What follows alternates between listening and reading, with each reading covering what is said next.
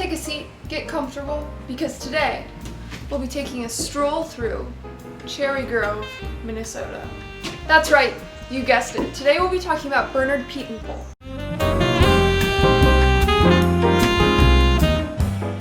I'm Hannah Shickles, the Archivist and Events Coordinator here at the Kelch Aviation Museum. So some basic info about Bernard Pietenpol. He was born in 1901 in Cherry Grove, Minnesota. So Bernard Pietenpol started building homemade airplanes in the early 1920s. He built a few unsuccessful ones, of course, as we all do.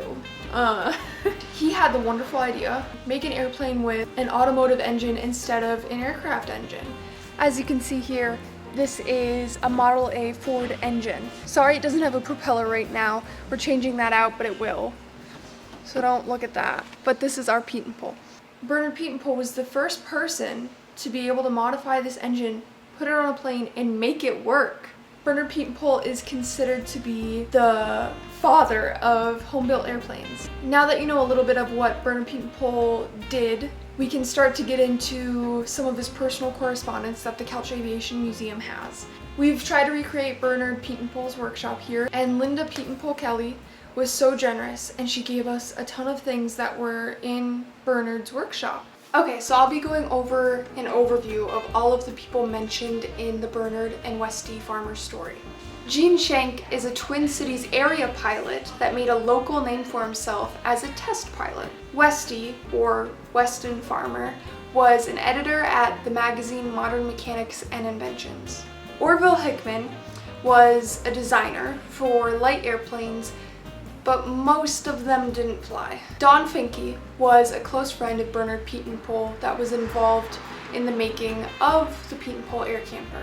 Marvin A. Northrup was a Minneapolis entrepreneur who sold World War I aircraft parts. Donald G. Cooley was another editor at the magazine Modern Mechanics and Inventions. Ray Matchett crashed Westy's airplane. So the Kelch Aviation Museum has 10 of Bernard's correspondence from Westy. I have gone over, I've analyzed, I've written, I've talked to relatives of Bernard, Don Finke, Orrin Hoopman.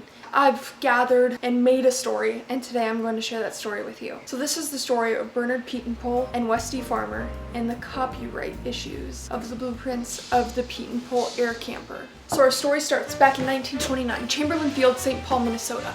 Bernard Pietenpol and his friend Don Finke, they fly their Pietenpols to Chamberlain Field to meet Westy Farmer, because Westy Farmer had publicly stated that he thought automotive engines should not be on airplanes. Bernard was like, no, you're wrong. I made it work and it's super safe. And Westy was like, I'll have to see it for myself in person. So that's what happens. They're at the field, they meet, they get into this deep discussion, Bernard and Westy, in front of this group of people at a fly-in, which at the time fly-ins were a new thing. So these people are like, oh my gosh, we're seeing Bernard Pietenpol before he's famous. Like, they were watching history happen.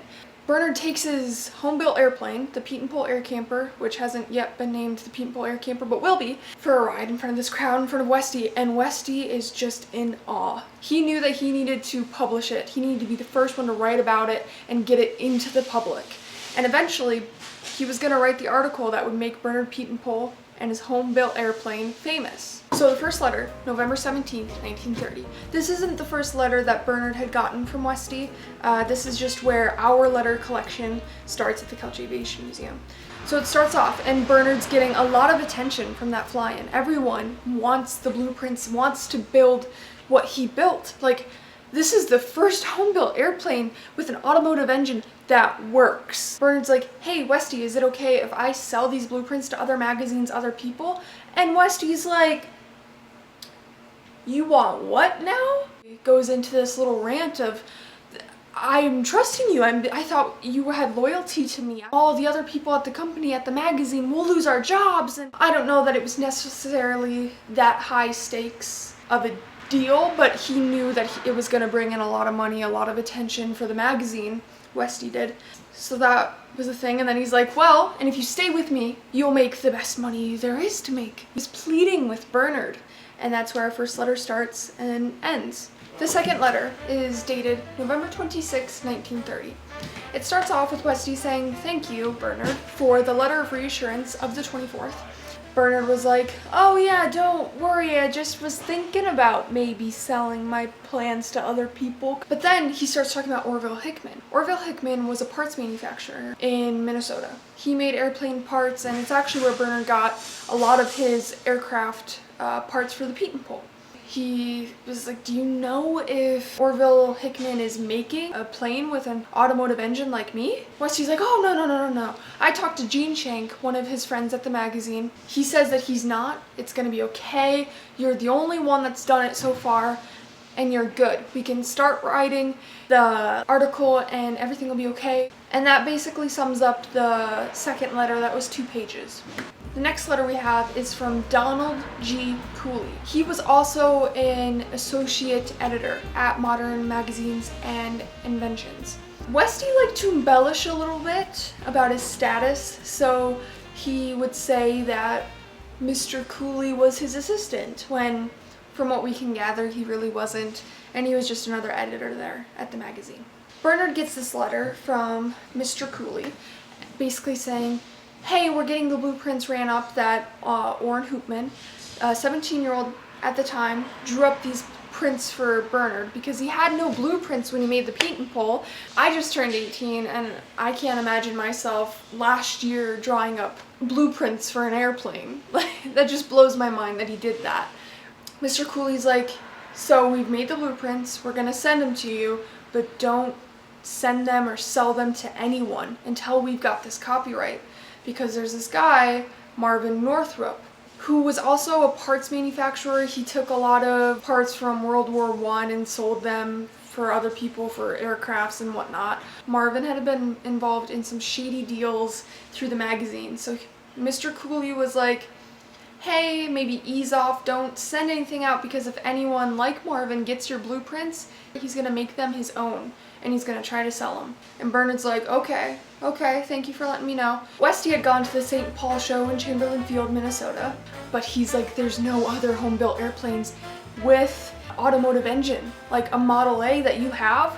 There's nothing like it. And if there is, there was a couple, but they didn't fly very well, or they didn't fly at all. So he's like, Bernard, we've really got something here. Then Westy talks about how, it was a drab and we're so golden and it's gonna be great. But something was a little fishy, because this was the first letter without a letterhead from Modern Magazines and Inventions. And I've gathered from outside resources that knew Bernard personally, and they've said Westy could have been in some trouble at the magazine. This next letter is a little unusual because it's addressed to Orrin Hoopman, who I talked about earlier, made the blueprints for Bernard Pietenpol's air camper.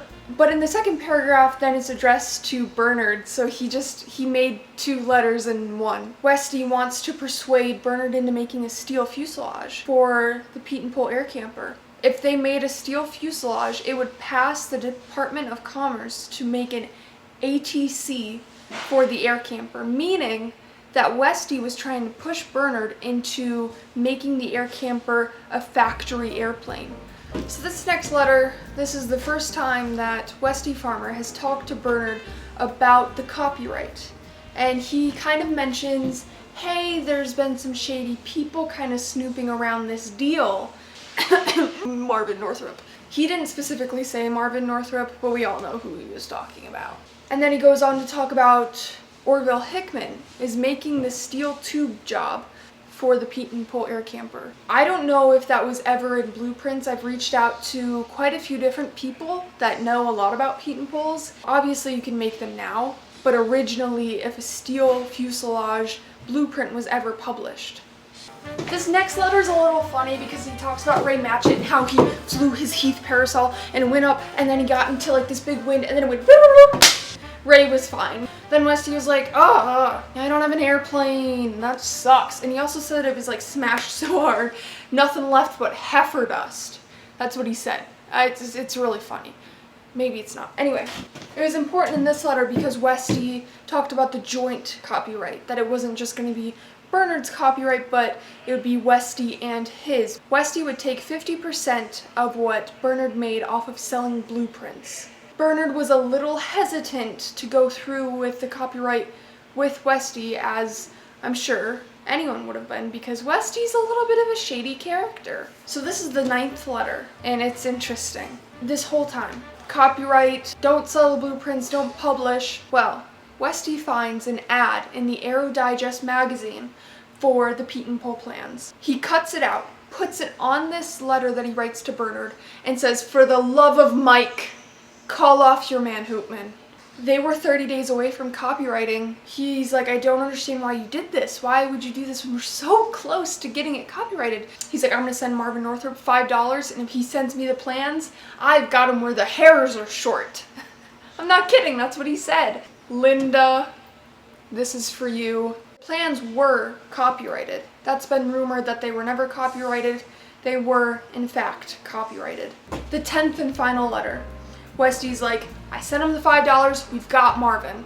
He sent me the plans, and I'm gonna send him to the postal authorities," because he committed a crime using the mail system, and that's who handled it at the time. The copyright came in just a few short days later, so then he starts talking about, hey, we could do other things to the air camper that would make it even better. We could put a Veely engine on it. So this is a Veely engine, not the original one that came off of Bernard's Pietenpol that he built. He wanted it here in his workshop just to kind of get a sense of what it would have been like if he would have put this on his airplane.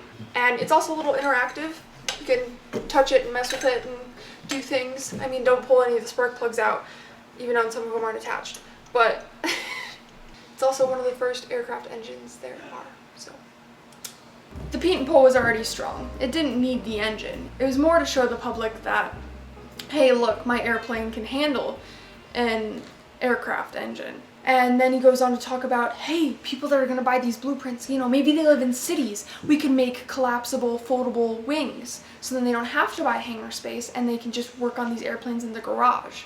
I don't believe that those plans were ever published. I don't even know if they were ever drawn up. It was just an idea that they talked about. The Pietenpol that we have here at the museum is one of the original Pietenpols that Bernard Pietenpol built himself. We actually have some magazine advertisements that show images of this airplane where you can read the tail numbers, so it's kind of neat. Those are all of the correspondence that the Kelch Aviation Museum has. To close out the story, Bernard ended up selling his plans to Modern Mechanics and Inventions after Westy left the company. Bernard and Westy Farmer actually became lifelong friends after this whole ordeal was over. And that's it for the Bernard and Westy story. Thank you so much for watching and listening to the story of Bernard Pietenpol and Westy Farmer. Do keep in mind that the Kelch Aviation Museum will be having its grand opening on July 23rd. But you know what else is on July 23rd? The Pietenpol flying. I hope to see you all there. Thank you so much. Bye!